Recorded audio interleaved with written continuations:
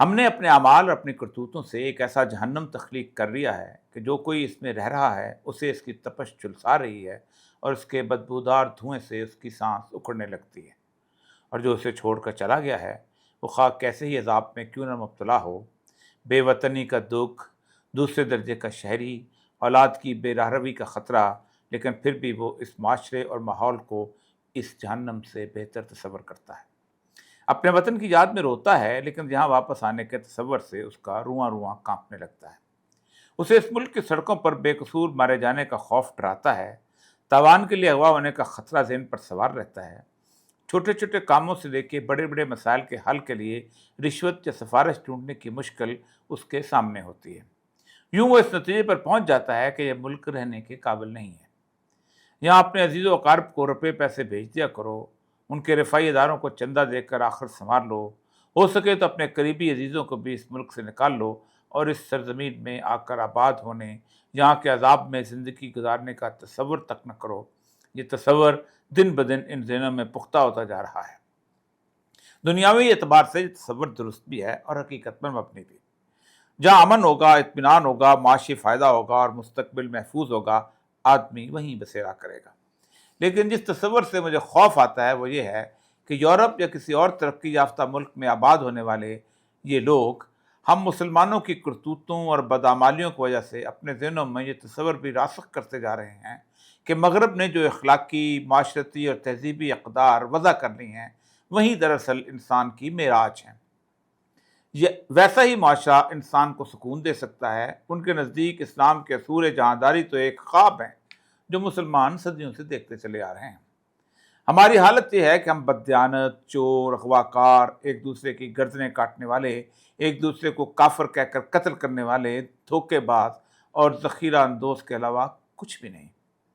ہم اس قابل بھی نہیں کہ دنیا کے سامنے عزت سے اپنا ذکر بھی کر سکیں۔ حیرت اس بات پر ہے کہ شک کا یہ بیج صرف مسلمانوں کے دل میں بویا گیا۔ یہ بیج ایک طویل دانشورانہ مہم کے ذریعے تناور درخت میں تبدیل کیا گیا، ورنہ دنیا کے تمام غریب، مفلوق الحال اور امن و امان سے خالی ملکوں سے لوگ ہجرت کر کے مغرب میں آباد ہوئے ہیں۔ افریقہ جہاں قحط ہے، بدحالی ہے، صرف ایک قبائلی جنگ میں 10 لاکھ لوگ قتل ہو جاتے ہیں، بھارت جہاں سے مغرب میں آباد ہونے والوں کی تعداد سب سے زیادہ ہے، ان میں سے کسی نے اپنے مذہب کو یا اپنے علاقے اور ملک کو اس طرح حقارت سے نہیں دیکھا جیسے مسلمانوں کا ایک مخصوص طبقہ جو مغربی تہذیب کی چکاچوند سے مروب ہو جاتا ہے، وہ ایسا کچھ سوچتا، محسوس کرتا اور بیان کرتا ہے۔ میں اس منطق کی گتھیوں میں الجھا ہوا تھا کہ مجھے سید الانبیاء صلی اللہ علیہ وآلہ وسلم کی حدیث نے روشنی عطا کی۔ آپ نے فرمایا، ایک مومن جب دجال کے پاس جائے گا تو وہ سمجھے گا کہ میں ایمان والا ہوں، مگر شام تک اس کو شک پڑ جائے گا کہ میں صحیح بھی ہوں یا نہیں۔ حکمت و دانائی کی اس خوبصورت بات کو غور سے دیکھیں اور حیرت کے دروازے آپ پر کھلتے چلے جائیں گے۔ یعنی دجال کے دور میں شک و شبہ کی ایک فضا قائم ہوگی۔ وہ اتنا طاقتور ترغیبات سے پر معاشرہ مغرب تخلیق کر دے گا کہ کوئی کتنا ہی بڑا صاحب ایمان کیوں نہ ہو، جب وہ ان معاشروں کے قریب جائے گا تو شک میں پڑ جائے گا اور خود سے سوال کرنے لگے گا کہ ہم درست ہیں یا یہ درست ہیں، ہم غلط ہیں یا یہ غلط ہیں۔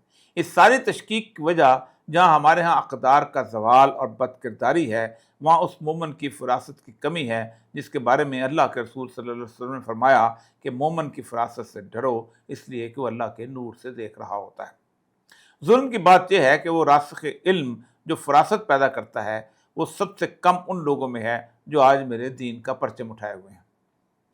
اس لیے وہ فراست جو اللہ کے نور کی رہنمائی میں میسر کرتی ہے، وہ کتاب اللہ کی تعویلات اور فقہ کی گتھیاں سلجھانے سے نہیں بلکہ اس کردار سے آتی ہے جسے دیکھ کر آپ کو بتانا نہیں پڑتا کہ میں کس مذہب کا ماننے والا ہوں۔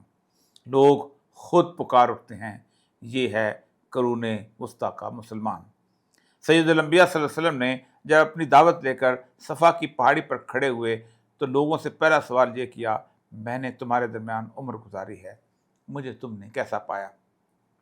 پورا مکہ پکار اٹھا، سچا اور ایماندار۔ پھر سوال کیا، اگر میں کہوں کہ اس چھوٹی سی پہاڑی کے پیچھے ایک بڑا لشکر تم پر حملے کے لیے تیار ہے تو کیا یقین کر لو گے؟ سب نے کہا کیوں نہیں، اس لیے کہ آپ نے کبھی جھوٹ بولا ہے اور نہ ہی خیانت کی ہے۔ یہ ہے